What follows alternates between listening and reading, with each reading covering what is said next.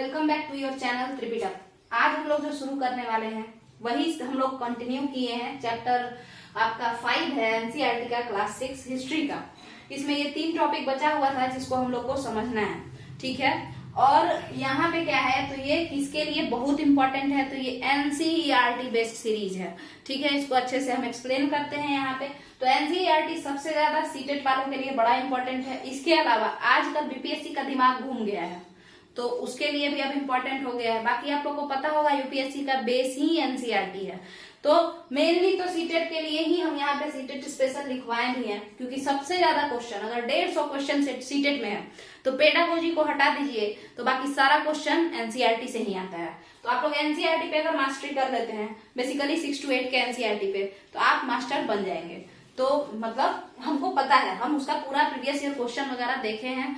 यहाँ पे हम कंप्लीट भी करवाएंगे पीवाईक्यू आपका संडे के दिन, सिर्फ सीटेट का ही नहीं बाकी भी वनडे एग्जाम का हम पीवाईक्यू कंप्लीट कराएंगे। जैसे एसएससी एमटीएस का पीवाईक्यू हम बनाए हुए हैं, संडे के दिन वो पूरा कंप्लीट हो जाएगा, आपको वीडियो मिल जाएगा। तो जो लोग भी इस चैनल को पहले 1000 सब्सक्राइबर्स जो होंगे तो उन लोगों को अगर बैच चाहिए होगा तो वो आप लोग नीचे ही कमेंट में मैसेज कीजिएगा। पहले यहाँ पे मोनेटाइज हो जाने दीजिए। अगर आप लोग को सही लगेगा, बैच आप लोग को चाहिए होगा, तो हम जरूर से जरूर ऐप बना करके और बैच को फ्री में गिव अवे देंगे फर्स्ट 1000 सब्सक्राइबर को। चलिए, तो यहाँ पे समझते हैं चेंजेस इन एग्रीकल्चर। तो हम लोग कल, अगर आप लोग ये वीडियो सीधे आ गए हैं, मतलब समझिएगा चैप्टर 5 का आपने यही वीडियो देखना शुरू किया, तो बताइए आप कैसे समझेंगे। चैप्टर 5 का कम से कम अगर आप देखने आए हैं, वैसे तो चैप्टर 1 से देखना चाहिए, बट अगर आप चैप्टर 5 का देखने आए हैं सीधे, क्योंकि आप 4 चैप्टर कर चुके हैं, तो आप लोग क्या कीजिए कि चैप्टर 5 का पार्ट 1 से देखिए, तब आपको ज्यादा अच्छे से समझ में आएगा। देखिए, यहाँ पे जो बात हो रहा था कि महाजनपद का रूलर, किसका रूलर, महाजनपद का रूलर कैसा होगा, ठीक है। महाजनपद का रूलर कैसा होगा, इसके बारे में हम लोग बात किए थे।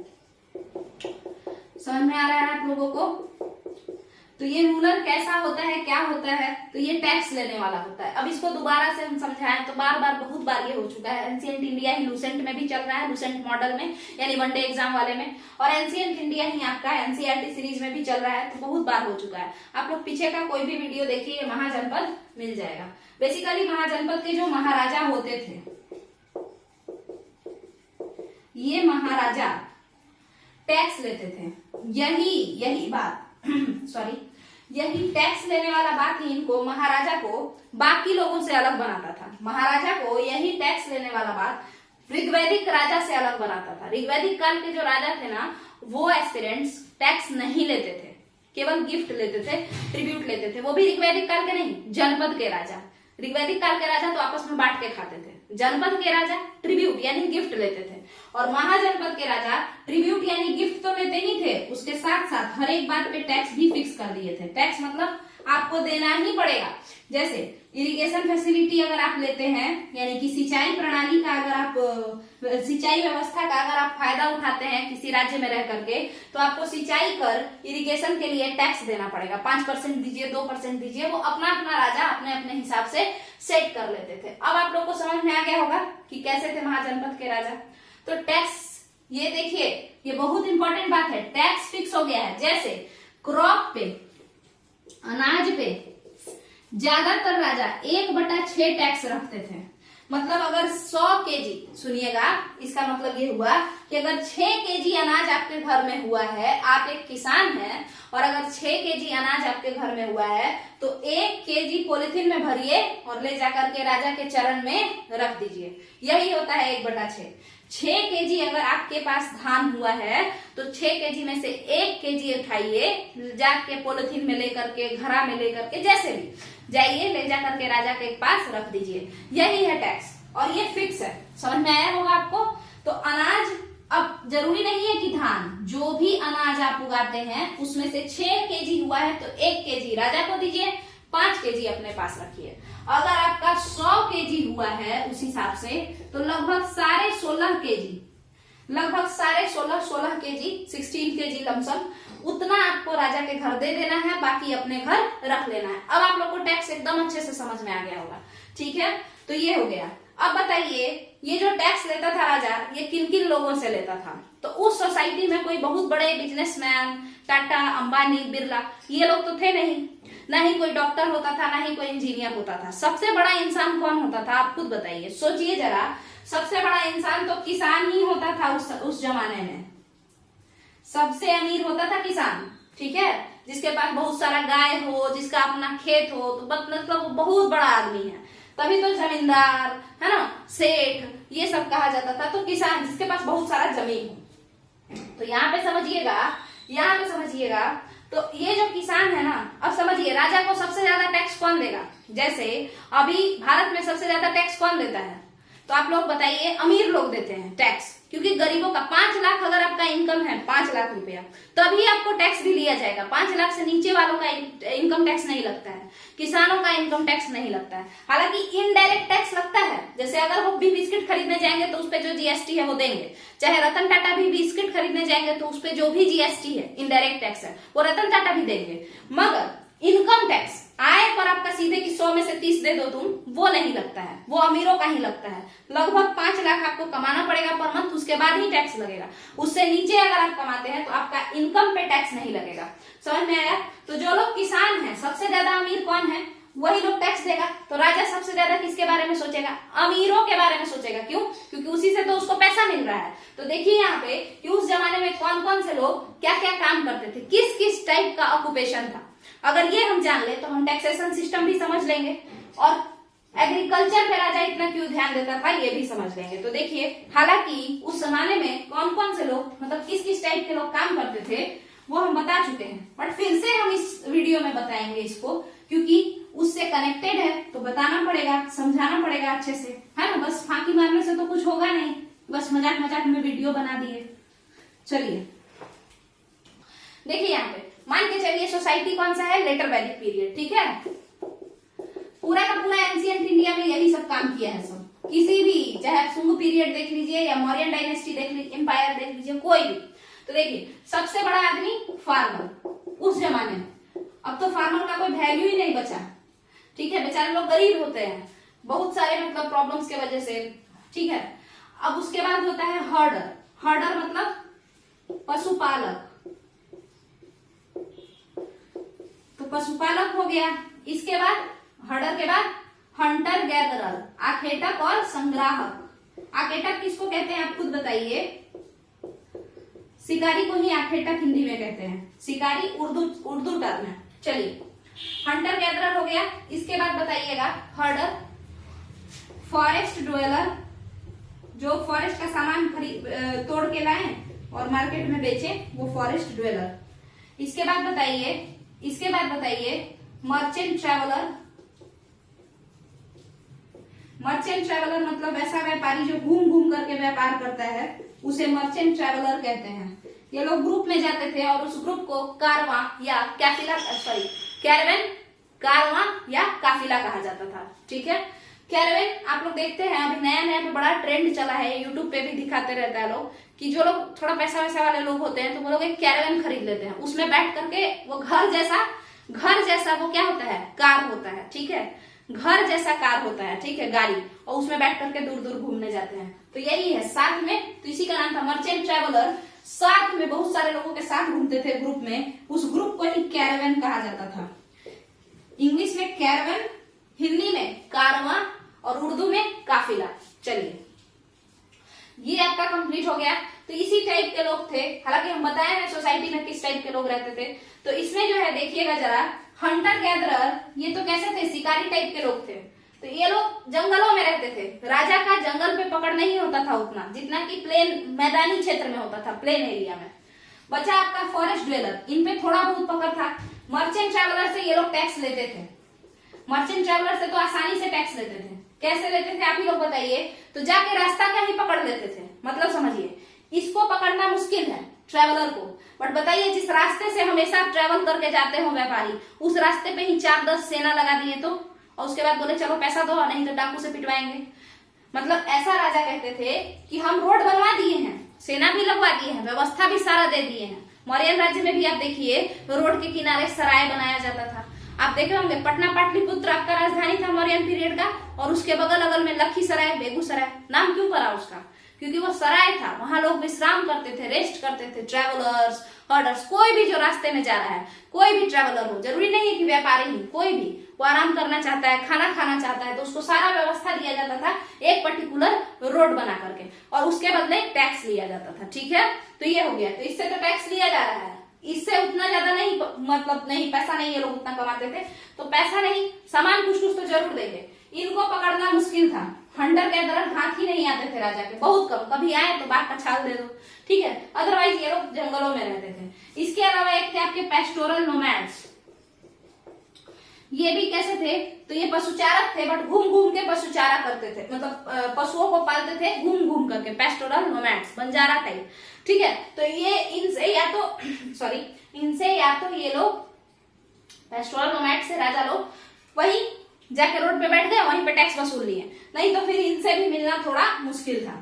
तो बेसिकली ये दो लोग हुए जो लोग आसानी से इजीली अवेलेबल थे। इनका घर होता था किसी एरिया में, फिक्स होता था कि फलाना फार्मर जो है, मान के चलिए एक किसान है जिनका नाम है राम, तो राम किसान जो है वो यहाँ रहते हैं। ठीक है, और उसी तरीके से कोई हर्डर है तो वो हर्डर कृष्ण के हर्डर जो है, कृष्ण पशुपालक एक है ना, तो वो क्या रहते हैं, तो वो इस जगह पे रहते हैं, रामपुर में रहते हैं, श्यामपुर में रहते हैं। तो पर्टिकुलर मतलब हमेशा फिक्स रहता था इनका घर, तो आसानी से इनसे टैक्स लिया जा सकता है। अमीर भी, सबसे ज्यादा कमाई भी इन्हीं लोग का होता था, तो इसीलिए सबसे ज्यादा टैक्स कहाँ से आ रहा है, एक तो ये दे ही रहा है merchant traveller, but merchant traveller fix tax नहीं देता था। ये गया विदेश कमाने, अब आया 7 साल बाद, तब तक राजा बैठा रहेगा टैक्स लेने के लिए, बताइए। तो देखिए पैसा ये लोग देता था, मर्चेंट ट्रैवलर, घुमंतु व्यापारी पैसा देता था, मगर 7 साल बाद, 10 साल बाद जब आएगा तब पैसा देगा, तो उस उतना दिन तक राज्य का क्या होगा, कैसे उसका खर्चा चलेगा, आप खुद बताइए। बट फार्मर्स का क्या है, फार्मर्स हर साल पैसा देंगे, हमेशा, जब भी उनका प्रोडक्शन होगा उसका कुछ अनाज आप ले सकते हैं। ठीक है, तो इसीलिए एग्रीकल्चर सबसे ज्यादा प्रोडक्टिव था, सबसे ज्यादा बेहतरीन था, मतलब ग्रोथ, राज्य के ग्रोथ के लिए सबसे ज्यादा इंपॉर्टेंट जो ऑक्यूपेशन था वो एग्रीकल्चर था।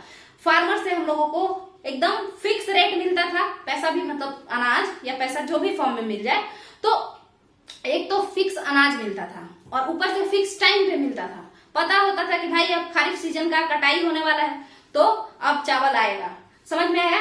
अब रबी सीजन का कटाई का समय आ गया है, तो अब गेहूं आएगा, इतना गेहूं आएगा, फलाना किसान जो है वो इतना कट्ठा खरीदे हुए है, तो उसके यहाँ से इतना सारा गेहूं निकलेगा। ठीक है, तो फार्मिंग ही यानी एग्रीकल्चर ही मेन इनकम था पुराने जमाने का। बताएं हम आपको, इन लोगों को पकड़ना आसान नहीं था। ये लोग जो है, इन्हीं लोग को, मतलब फार्मर, ज्यादातर हर्डर और फार्मर सेम होते थे। आप देखते हैं जितने भी फार्मर होते हैं बैल गाय सब पाले रहते हैं और खेती भी करते हैं। ठीक है, तो ये मेन हो गया। इसके अलावा एक ये इंसान टैक्स देता था, तो ये 10-10 साल बाद आ रहा है, कभी 3 साल बाद आ रहा है, तो पैसा तो देता था, सामान तो देता था, मगर टाइम पे नहीं देता था। ठीक है, और इन लोगों का टाइम भी फिक्स था। ये दो ग्रुप जो है, एक ही कह लीजिए, क्योंकि जो फार्मर होता है वो गाय भैंस पाले रहता है, तो टाइम भी इनका फिक्स होता था, ऊपर से पैसा भी फिक्स होता था। पैसा कहिए या अनाज, 2 फॉर्म में दिया जाता था, या तो पैसा के फॉर्म में दो या सामान के फॉर्म में दो, ये भी फिक्स होता था। तो राजा का मेन सोर्स ऑफ इनकम क्या हुआ, फार्मिंग हुआ, एग्रीकल्चर हुआ। इसी कारण से तो एग्रीकल्चर में बदलाव आया। आप देखें, इसी कारण से एग्रीकल्चर में बदलाव आया। तो एग्रीकल्चर में क्या बदलाव करेगा राजा, बताइए। आपको अपना इनकम बढ़ाना है, तो जिस चीज से आपको सबसे ज्यादा पैसा आ रहा है, आप उसके लिए क्या करेंगे, उसको बेहतर से बेहतर बनाएंगे या उसको खराब करते चले जाएंगे। जैसे मान के चलिए कि आपके पास, मान के चलिए आपके पूर्वज घर बना दिए, ठीक है, शहर में एक घर बना दिए और वहां से किराया आता है आपको। अब वो बनाए आपके पूर्वज, और अब वो घर कैसा हो जाए, मतलब ढह जाएगा अगर आप उसको रिनोवेट ना करवाएं, उसका पुनर्निर्माण विनिर्माण ना करवाएं, मतलब रिकंस्ट्रक्शन ना करवाएं। तो अब आप लोग क्या करेंगे बताइए। आप उसको, अगर आप दिमाग वाले होंगे तो आप लोग उसका मतलब पेंट करवा देंगे, उसका सब चीज अच्छा नए से बनवा देंगे, जो बिगड़ा होगा उसको चेंज करवा देंगे। तो इससे क्या होगा, आपका इनकम बढ़ता जाएगा। ठीक है, अगर आपके पूर्वज प्लास्टर करवा के छोड़े थे तो आप क्या करेंगे, क्योंकि मॉडर्न जमाना हो रहा है, तो आप नए मॉडर्न टेक्निक्स को लाएंगे, जैसे मार्बल लगवा देंगे ताकि और ज्यादा रेंट बढ़े, और ज्यादा आपको पैसा मिले पर मंथ। ठीक है, तो यही सब। और वही अगर कोई बेवकूफ होगा तो फिर वो उस पर ध्यान ही नहीं देगा और उल्टा गरीब होता चला जाएगा। बट राजा बेवकूफ थोड़े होता है, कोई भी इंसान जो राजा बनता है वो बेवकूफ तो हो ही नहीं सकता है, काबिल होगा तभी तो राजा बनेगा। तो समझिए, यहाँ पे राजा को पता चल गया कि इतना सारा लोग काम करता है इतना टाइप का, बट मेन जो हमको इनकम आता है ना वो कृषि से ही आता है। तब वो कहा कि भाई कृषि से और ज्यादा से ज्यादा इनकम कैसे आए। तो मंत्री लोग बताया कि एक काम कीजिए, कृषि में जितना उत्पादन हो रहा है, जो भी प्रोडक्शन हो रहा है फार्मिंग में, उस प्रोडक्शन को ही बढ़ा दीजिए। मान के चलिए अगर फार्मर को 100 केजी अनाज होता है तो आपको 16 केजी ला के देता है। आप कुछ ऐसा कीजिए, कुछ ऐसा तकनीक लाइए, कुछ ऐसा नया नया मॉडर्न टेक्निक्स का यूज कीजिए एग्रीकल्चर में कि फार्मर्स को 200 केजी अनाज हो तो आपको 32 केजी मिलेगा।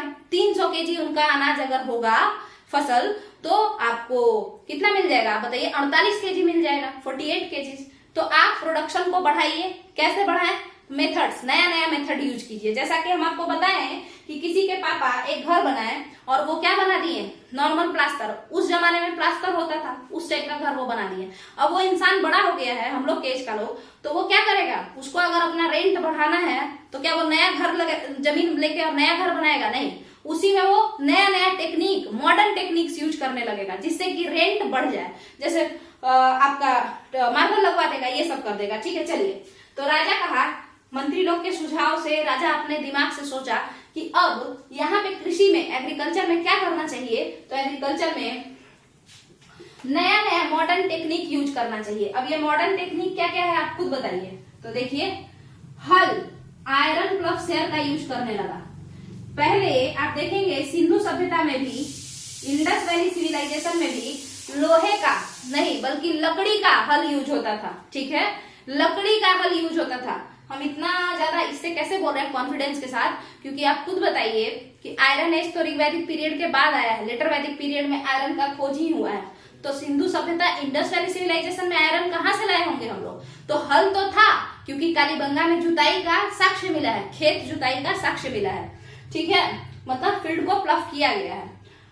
तो हल था, मगर हल उस समय लकड़ी का था। उसके बाद हम लोग आयरन का, लोहा का हल लाए। लोहे के हल से आसानी से हल जोता जा सकता है खेत को, समझिए, क्योंकि जो आपका मोटा मोटा टाइप का जो मिट्टी होगा वो भी लोहे के हल से क्या हो जाएगा, चकनाचूर हो जाएगा, पाउडर्ड फॉर्म में आ जाएगा। ठीक है, तो आयरन प्लस शेयर का यूज बढ़ा दिया गया। और कृषि का जो मतलब एग्रीकल्चर का जो एरिया था, जो इतना सा था ना, अगर तो पूरा जंगल को साफ करके, क्योंकि लोहा मिल गया था और लोहे से आसानी से हम लोग जंगल साफ करते थे, लोहे के औजार से हम लोग आसानी से जंगल साफ कर सकते हैं। ठीक है, तो पूरा जितना भी लोहा का ब्लेड बनाए पूरा जंगल कटवा दिए। तो एक तो एरिया बढ़ा दिए, ठीक है, लोहे के मदद से। दूसरा, हल, लोहे का हल यूज करने लगे। और तीसरा हम लोग क्या किए, इरिगेशन फैसिलिटीज देने लगे, सिंचाई वगैरह को भी बढ़ावा देने लगे। ठीक है, सिंचाई वगैरह को भी बढ़ावा देने लगे। तो आप देख रहे होंगे कि आयरन प्लस शेयर के यूज से कितना ज्यादा जो है क्या हो गया, एग्रीकल्चर में मुनाफा होने लगा, मतलब प्रोडक्शन ज्यादा होने लगा। और प्रोडक्शन ज्यादा होने की वजह से क्या हुआ आप खुद बताइए। तो यहाँ पे ग्रोथ ज्यादा हुआ तो टैक्स भी ज्यादा, हिस्सा ज्यादा मिलेगा राजा को। इसके अलावा हम लोग पहले क्या करते थे बताइए। तो पहले हम लोग बीज को स्कैटर करते थे। स्कैटर करना माने छिड़कना।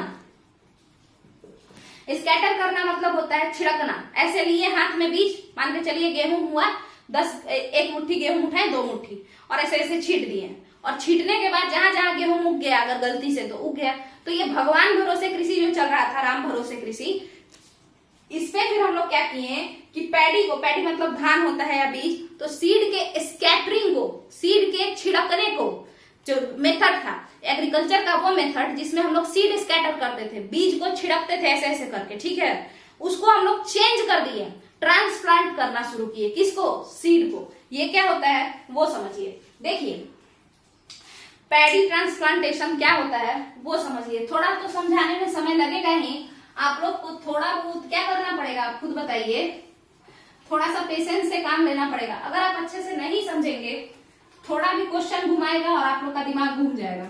ठीक है, तो समझते रहिए। देखिए, हमने कहा कि आयरन प्लस शेयर से एग्रीकल्चर में प्रोडक्शन बढ़ गया, एरिया बढ़ा दिए तो एग्रीकल्चर में प्रोडक्शन बढ़ गया, एरिया बढ़ा दिए तो एग्रीकल्चर में प्रोडक्शन बढ़ गया, जंगल साफ कर दिए, कृषि भूमि बना दिए, इरिगेशन फैसिलिटी देने लगे। अब क्या हुआ, पहले जो हम ऐसे 4 बीज लिए और चारों को ऐसे ऐसे छींट दिए, ये करते थे तो इससे कुछ बीज तो पनपता था, कुछ बीज कुछ सीड्स फर्टाइल हो जाता था और उससे प्लांट निकल जाता था, जर्मिनेट करके अंकुरित होकर के पौधा बन जाता था। मगर कुछ सीड्स का क्या हुआ कि कुछ सीड्स तो दबे कुचले रह जाते थे, नहीं बन पाते थे। मगर अब हम लोग क्या करने लगे, पैडी ट्रांसप्लांटेशन करने लगे।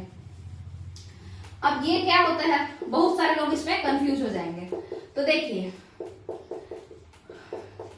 देखिएगा देखिए पैडी ट्रांसप्लांटेशन क्या होता है, जैसे समझिए धान लिए हम लोग, उस धान को क्या किए, उसको नमी दिए, मॉइस्चर दिए, फिर उसको टेम्परेचर दिए, पर्टिकुलर टेम्परेचर, है ना, तो उतना सारा चीज दिए ताकि वो क्या हो जाए, अंकुरित हो जाए।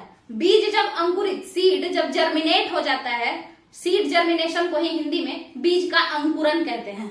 तो बीज जब अंकुरित हो जाता है ना, उसमें से प्ल्यूमूल, रेडिकल ये सब निकलने लगता है, मतलब जड़ तना छोटा छोटा वो सब निकलने लगता है। तो अब वो जैसे ये बीज है, अब ये हो गया अंकुरित। चना देखते हैं, चना को पानी में वो ऐसे करके बांध के लोग रख देते हैं रात में, और थोड़ा सा एक भीगा हुआ कपड़ा से ऐसे उसको मोड़ के बांध के रख देते हैं, और उसके बाद सुबह में उसमें से क्या निकल जाता है, यहाँ से कुछ ऐसे निकल जाएगा, यहाँ से कुछ ऐसे व्हाइट कलर का, तो क्या हो गया, अंकुरित हो गया। ठीक है, तो वही चीज है अंकुरित। तो जो जर्मिनेटेड सीड्स होता है ना, तो वो छोटा सा प्लांट हो जाता है, उसको हम लोग सैपल कहते हैं, सैपल। ठीक है, थोड़ा सा बड़ा प्लांट हो गया, प्लांट के शेप का हो जाएगा। तो ये तो जर्मिनेटेड सीड हुआ, मतलब अंकुरित बीज हुआ। थोड़ा दिन और बड़ा करेंगे तो छोटा सा प्लांट जैसा हो जाएगा वो, उसी को हम लोग सैपल कहते हैं। तो उसी को फिर क्या कर देंगे, ट्रांसप्लांट कर देंगे। फिर वो जो छोटा छोटा पौधा है ना, जो जर्मिनेशन के बाद हुआ है, उसको ले जाके रमैया मस्तावैया जो फिल्म है उसमें दिखाया है, वो लड़का ऐसे ऐसे करके और नीचे गाड़ते रहता है ना, तो वो चीज उसी तरीके से हम लोग फिर धान को ऐसे ऐसे करके नीचे खेत में गाड़ देंगे, वो प्लांट ही रहता है। सीड को जर्मिनेट करा दिया जाता है, अंकुरित करा दिया जाता है, छोटा प्लांट बना करके तब उसको जाके उस पेड़ को किसमें लगाया जाता है, खेतों में लगाया जाता है। और इस तरीके से खेतों में लगा करके, इस तरीके से खेतों में लगाइएगा आप अगर, तो बहुत ज्यादा चांस है कि जितने भी आप पेड़ लगाए हैं वो लोग बच जाए। क्योंकि सीड्स में क्या होता था, कुछ सीड कुछ बीज तो अंकुरित होते थे, तो उससे तो गेहूं निकल गया, धान निकल गया, मगर जो अंकुरित नहीं हुए वो बर्बाद हो गए। तो फसल जो है इतना सारा लगाए थे, इतू सा होगा। मगर यहाँ पे जब हम पेड़ बना के लगाए हैं, पेड़ बना के लगाए हैं फसल को, तो अगर इतना फसल लगाए हैं, इतना तो कम से कम इतना तो होगा, यानी प्रोडक्शन ज्यादा हो गया। ठीक है, पैडी ट्रांसप्लांटेशन से, या सीधे कह लीजिए सैपलिंग से, छोटा छोटा पेड़ बना के। जरूरी नहीं है कि धान का ही ट्रांसप्लांटेशन हो सकता है गेहूं को भी हम थोड़ा बड़ा बना करके, प्लांट बना करके गेहूं के बीज को उसका क्या कर दिए, जर्मिनेट करा दिए, अंकुरित करा के उसके बाद उसको जाके पेड़ में खेत में गाड़ दिए, तो उससे भी क्या होगा, एग्रीकल्चर बढ़ेगा। तो प्रोडक्शन बढ़ गया तो टैक्स बढ़ना शुरू हो गया। तो अब टैक्सेशन जैसे ही बढ़ा, पैसा बहुत सारा आया इन लोगों का, राजाओं का और ज्यादा तामझाम बढ़ गया, वो लोग और बहुत अमीर होते चले गए। सोसाइटी में बहुत ज्यादा क्या हो गया, क्लास डिफरेंस आने लगा, और अमीर और गरीब के बीच का जो गैप था वो बढ़ता चला गया। ठीक है, तो क्लास डिवाइड आ गया। और क्लास डिवाइड से आपको पता ही होगा कि धीरे धीरे क्लास जो लोग अमीर थे वही तो खुद को अपर कास्ट बता दिए, और जो गरीब थे उनको लोअर कास्ट कह दिया गया। आपको समझ में आ रहा होगा। चलिए, तो अब एक अगला टॉपिक है आपका, देखिएगा, मगध का ग्रोथ। आप लोग को भी बताइए एक सही बात, सच सच में नीचे कमेंट कीजिएगा कि बड़ा अगर वीडियो हो जाता है तो क्या देखने में मजा आता है, बोरियत होने लगता है। मगध के ग्रोथ को अब हम लोग समझने का कोशिश करेंगे। वैसे तो हम मौर्यन एम्पायर जो आपका उसमें है, क्या बोलते हैं, लूसेंट मॉडल मौर्यन एम्पायर, उसमें हम मौर्य के ग्रोथ को, मौर्य साम्राज्य का इतना ग्रोथ क्यों हुआ, उससे हम समझाए हैं, बट फिर से हम समझा देते हैं यहाँ पे, आप लोग देखिए। उससे पहले छोटा सा एक टॉपिक ये वज्जी क्लियर कर लेते हैं। ठीक है, देखिए वज्जी क्या था, तो जैसे कि पूरा दुनिया में, पूरे भारत में मोनार्की चल रहा था। मोनार्की मतलब राजतंत्र। तो राजतंत्र चल रहा था पूरे भारत में, पूरे भारत में राजतंत्र चल रहा था, आप समझिए। बट आपको पता होगा कि वज्जी, वैशाली वज्जी जनसंघ, ये जो था वज्जी, ये रिपब्लिक था, गणतंत्र था। गणतंत्र क्या होता है, तो ऐसा नहीं है कि एकदम पूरा का पूरा गणतंत्र, एकदम डेमोक्रेसी जैसा नहीं। अर्ली रिपब्लिक मतलब छोटा बच्चा, रिपब्लिकन में भी छोटा सा होता है ना, जैसे डेमोक्रेसी देखिए, कंपेयर कीजिएगा, अमेरिका का डेमोक्रेसी कैसा है और भारत का डेमोक्रेसी कैसा है। अमेरिका के पीएम जो होंगे, राष्ट्र प्रेसिडेंट, तो उनके ऊपर सिविल सोसाइटी का बहुत प्रेशर है, समाज का प्रेशर है उनके ऊपर, लोग सीधे उनसे क्वेश्चन कर सकते हैं। बट इंडिया में अभी तक उतना ज्यादा सिविल सोसाइटी ग्रोथ नहीं हुआ है कि लोग सीधे जाके पीएम को बोल दे कि तुम गलत कर रहे हो, है ना, पिटा जाएगा बिना मतलब का लोग। अभी हम लोग नेता से, मुखिया से, सबसे डरते हैं, जबकि प्रजातंत्र है, फिर भी प्रजा ही डरती है अपने जो भी मुखिया वगैरह होते हैं, मुखिया तक से हम लोग डरते हैं, सारे लोग नहीं बात करना चाहते हैं, क्योंकि वो लोग कैसे होते हैं, ज्यादातर तो क्रिमिनल होते हैं, क्रिमिनलाइजेशन ऑफ पॉलिटिक्स हो चुका है, ठीक है। बट वही अमेरिका में ऐसा नहीं है, लोग ज्यादा जागरूक हैं, ठीक है। तो डेमोक्रेसी भी अलग अलग फॉर्म की हुई, उसी तरीके से रिपब्लिक जो होता है, रिपब्लिक का मतलब क्या होता है पहले तो ये समझ लीजिए, जो स्टेट, जिस भी राज्य का राजा इलेक्टेड हो, समझिए, इलेक्टेड हो, उसी को रिपब्लिक कहते हैं। जिस किसी राज्य के राजा इलेक्टेड हो, जैसे state, head of the state, head of government की बात नहीं हो रहा है, भारत का हेड ऑफ स्टेट है कौन, बताइए, भारत के हेड ऑफ स्टेट है, आप खुद बताइए, द्रौपदी मुर्मू है अभी प्रेसिडेंट। हेड ऑफ गवर्नमेंट है मोदी, स्टेट नहीं है, ठीक है, राष्ट्रपति है वो, राष्ट्र के हेड कौन है, द्रौपदी मुर्मू, समझ में आइए। तो ये चीज है, समझिए इसको।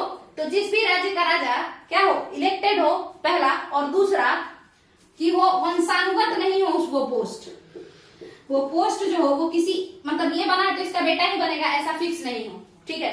मेनली रिपब्लिक का मतलब ये होता है। बट देखिए पुराने जमाने में रिपब्लिक का मतलब इससे थोड़ा अलग होता था, जहां मोनार्की में एक राजा का चलता था, केवल एक राजा, जो कह दिए, मतलब अहम ब्रह्मास्मि जैसा चल रहा था वो, समझिए, जैसे कि हम ही भगवान हैं, उसमें जो नवाजुद्दीन सिद्दीकी का एक डायलॉग है उस तरीके का, हम जो बोल दिए वही सही है। मगर मोनार्की में, राजतंत्र में, मगर वैशाली में, वज्जी में ये चल रहा था कि 8 लोग मिल करके डिसीजन लेते थे, 8 अलग अलग गण, 8 अलग अलग कबीला के राजा मिल करके डिसीजन लेते थे, और वो डिसीजन वज्जी संघ के लिए लागू होता था।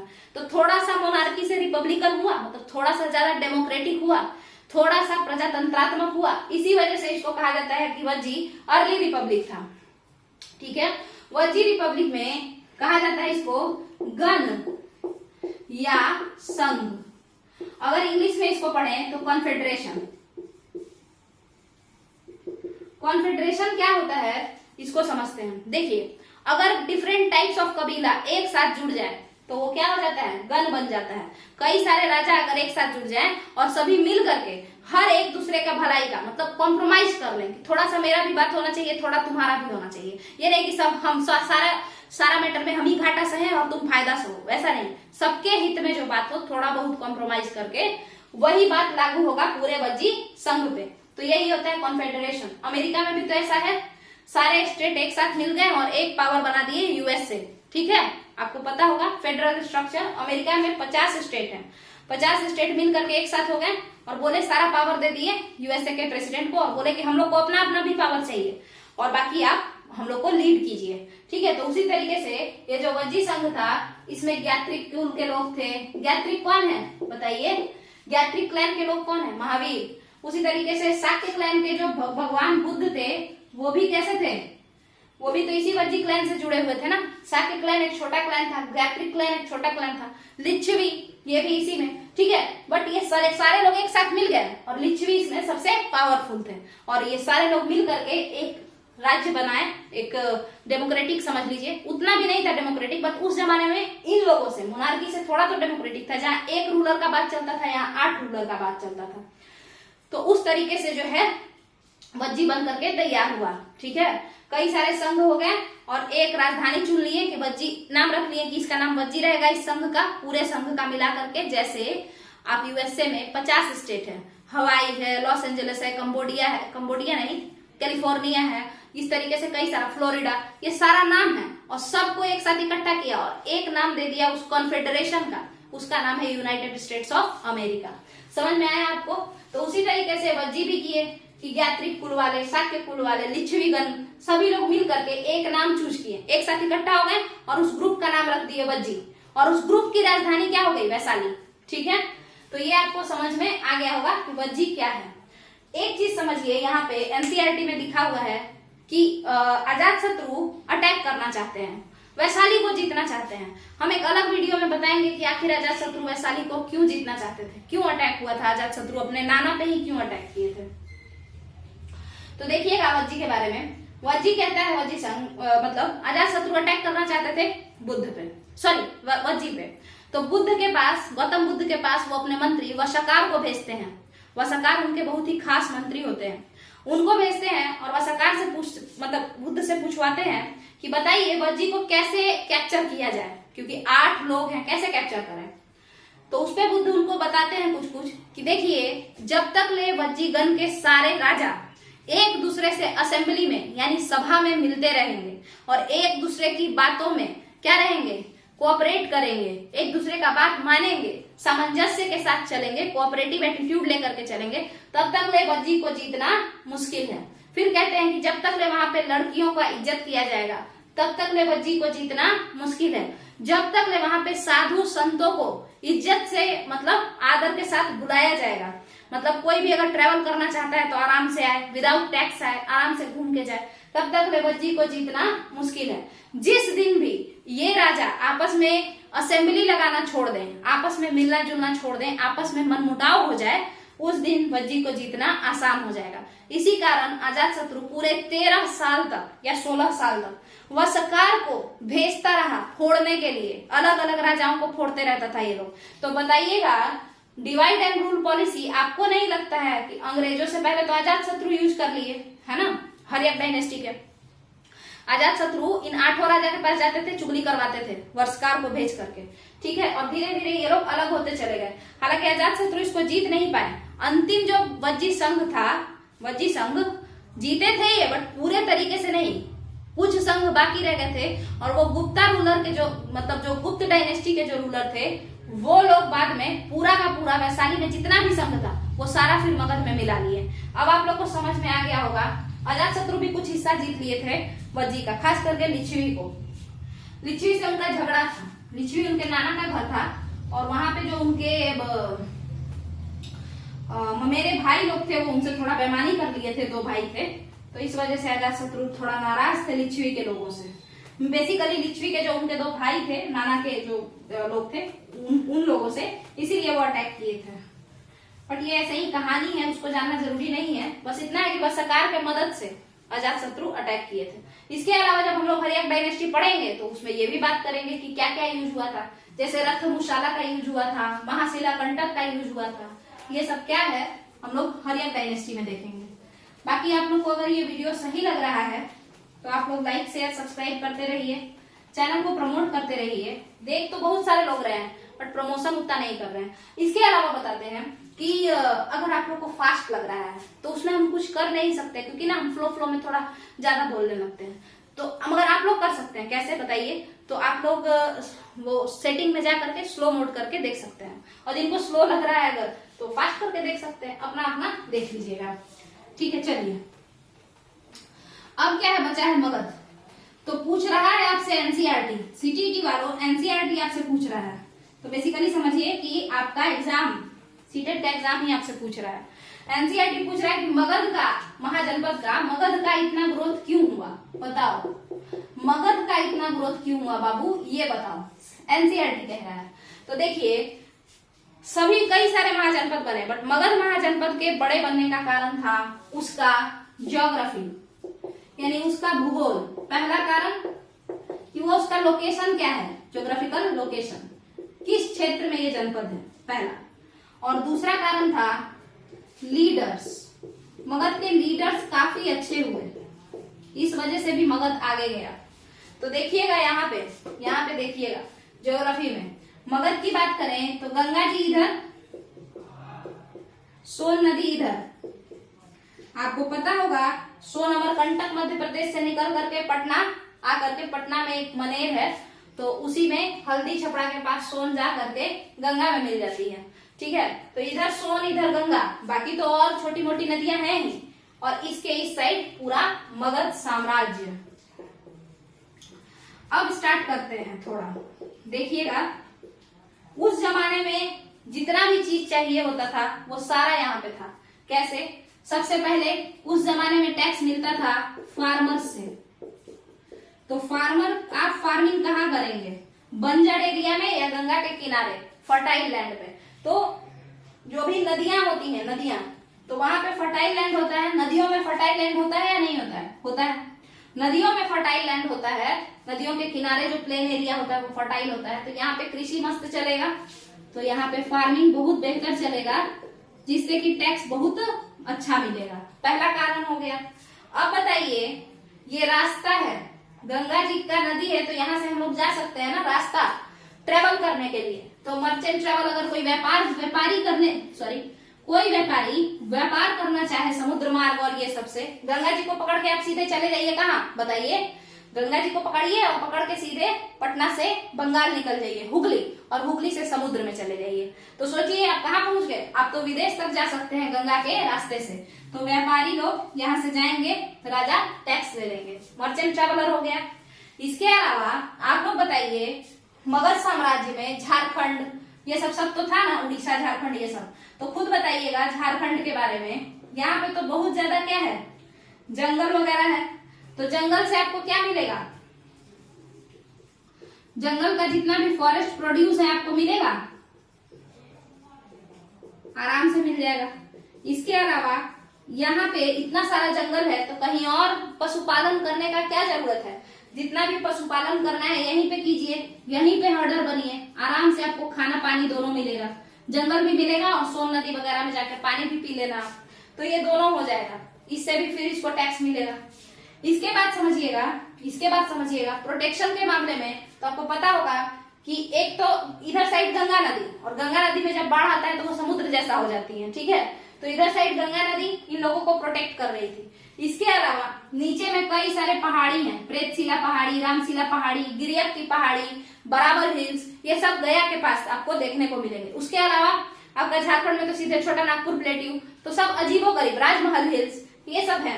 तो नीचे से प्रोटेक्शन मिल रहा था पहाड़ियों से, तो प्रोटेक्शन का भी मामला सॉल्व हो गया।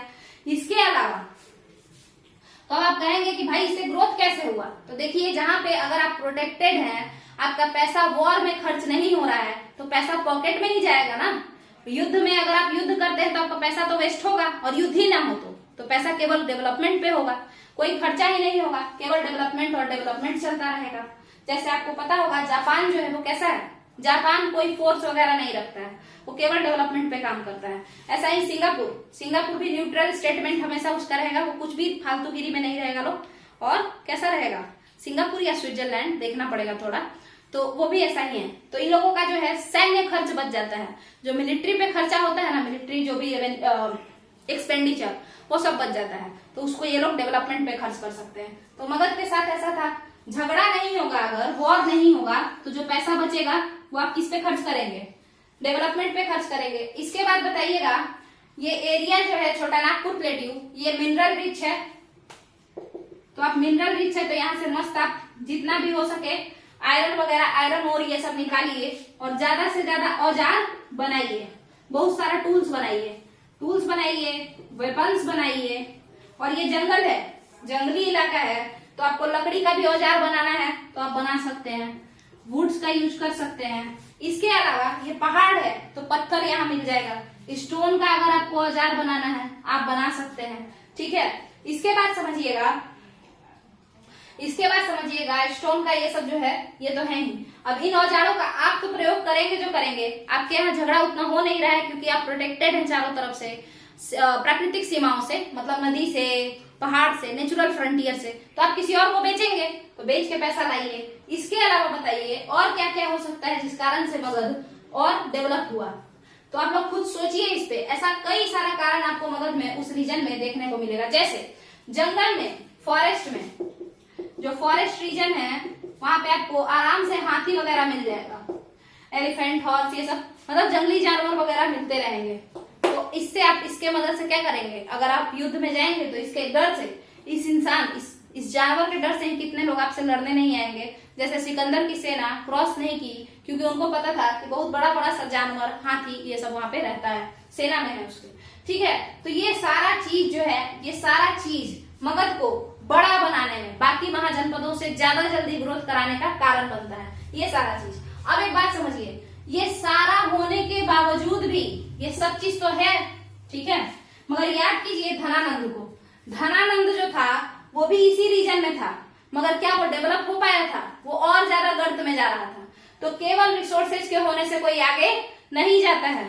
केवल रिसोर्सेज के होने से अगर आगे जाना होता तो इजराइल जो कि एक कंट्री है, कैसा? डेजर्ट, मतलब अरब पेनिनसुला में है वो, तो वो वहां पे क्या है? मरुस्थल है, डेजर्ट है, वैसा कंट्री है वो इजराइल, और वहां का एग्रीकल्चर फ्लरिश कर रहा है। और भारत जहां पे इतना बारिश होता है ना, इजराइल में आपको बता दें 25 सेंटीमीटर बारिश होती है, जबकि आपके भारत में 70 सेंटीमीटर से तो ज्यादा ही बारिश होता है कहीं भी, ठीक है, जैसलमेर ये सबको छोड़ करके, बट 70 सेंटीमीटर से ज्यादा ही बारिश होता है।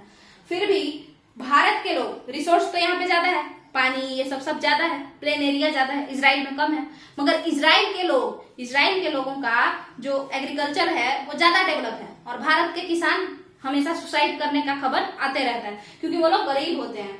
क्यों? सारा रिसोर्स है, मगर लीडर अच्छा रहेगा तभी तो उस रिसोर्स का आप सही से यूज कीजिएगा, लीडर मदद करेगा तब तो इसीलिए ये सारा ज्योग्राफिकल लोकेशन तो मगध को अमीर बनाने में मदद किया ही, इसके साथ साथ मगध साम्राज्य के जितने भी लीडर हुए, लगभग जितने भी हुए, धनानंद भी यहीं के लीडर थे बट वो अच्छे नहीं थे, लगभग जितने भी लीडर हुए वो लोग बहुत ही ज्यादा काबिल हुए, बहुत स्ट्रांग, बहुत ब्रेव, बहुत वाइज हुए, बहुत बुद्धिमान हुए। एग्जाम्पल के तौर पर जितने भी थे सारे एम्बिशियस थे, जितने भी थे कैसे थे? एम्बिशियस थे, बहुत ज्यादा महत्वाकांक्षी थे ये लोग, एम्बिशियस थे। इतना ज्यादा इनको अपना साम्राज्य बढ़ाने का शौक था कि कई तरीकों से साम्राज्य को बढ़ाए, जैसे कई शादी कर ली है। अगर आप देखें पोलीगैमी, बहुत सारा शादी किए, कैसे बताइए? आप याद कीजिए हर्यक डायनेस्टी का जो बिंबिसार था वो क्या किया था? वो 3 शादी किया था, प्रसेनजीत की बहन कोसला से, उसके बाद महाकोसला नाम था उनका, मद्र नरेश यानी पंजाब के एक राजा थे तो उनकी लड़की खेमा से, इसके अलावा जो एक और शादी की है वो लिच्छवी के राजा, वैशाली के राजा चेटक की बेटी चेलन्ना से, डॉटर से किए थे।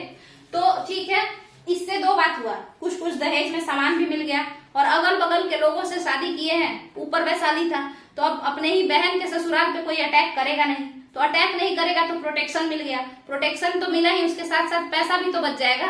अटैक अगर होगा तो फिर लड़ने जाएंगे तो पैसा बर्बाद होगा, तो क्यों ना अगल बगल वालों की बेटी से शादी कर ले, बेटी से या बहन से, तो प्रोटेक्शन भी मिल जाएगा और दहेज भी मिलेगा और पैसा बचेगा जो वाला, ठीक है। तो ये लोग शादी किए, उसके अलावा दहेज में ये लोग बहुत सारा सामान इकट्ठा किए। सामान कैसे इकट्ठा किए? तो आप याद कीजिए चंद्रगुप्त मौर्य जब कार्नेलिया या हेलेना उनसे शादी करते हैं, एक ही लड़की का नाम है, कहीं कार्नेलिया देता है कहीं हेलेना, सेल्यूकस निकेटर की पत्नी बेटी से जब शादी करते हैं तो एरिया, अराकोशिया, जद्रोशिया और पनोपनी देश को खरीद लेते हैं, मतलब दहेज में ले लेते हैं। तो डाउरी के तहत भी ये लोग अपने साम्राज्य को बढ़ाए हैं, ठीक है।